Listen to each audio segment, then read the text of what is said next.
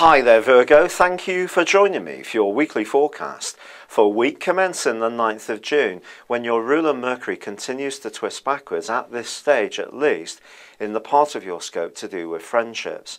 And it's therefore important that you keep the lines of communication open when it comes to social plans, and perhaps also anticipate that there may be some changes in those plans and that you need to be flexible and anticipate that these can occur and not take it too personally, because it could be you who has a last minute change of mind as much as anyone else that you're relating to.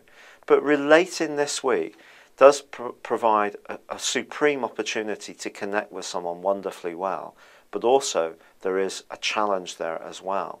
The opportunity comes in the first half of the week when Venus is forging a great link with Pluto, and you may find yourself really connecting with someone at both a spiritual, philosophical and even political level, and this one-ship that you feel with one another can be very special indeed.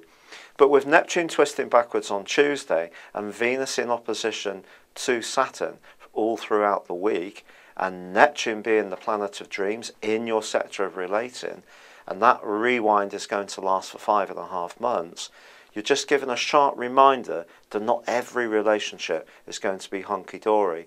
And even just in an everyday situation, you may say something to someone completely genuinely, and they may be very frosty back, snappy, not really get where you're coming from, or accuse you of being cold, lacking affection, or not even being very sincere, which could really knock you back in your tracks.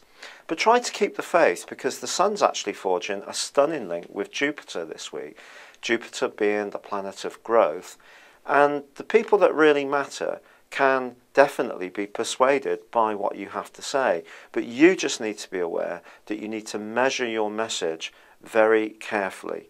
This is not a week to tell a bad joke to the wrong person. It really could prove to be embarrassing. It could be something as simple as that. Don't consign to an email your deepest thoughts that you send to a friend, who may end up actually sending it to the person that you're talking about. So do be very conscious that words do very often have a great deal of power. And by the end of this week, when there is in fact a full moon on Friday, you do get an opportunity to think, well, is a lot of your situation at the moment focus on your worldly attainments, your goals, professional aims? If so, maybe it's time to think again, to realign the balance between the time you have at home and what goes on professionally. But if you are in an organisation where there just seems to be constant reorganisations, then one of those could come up again, and that could be pretty galling.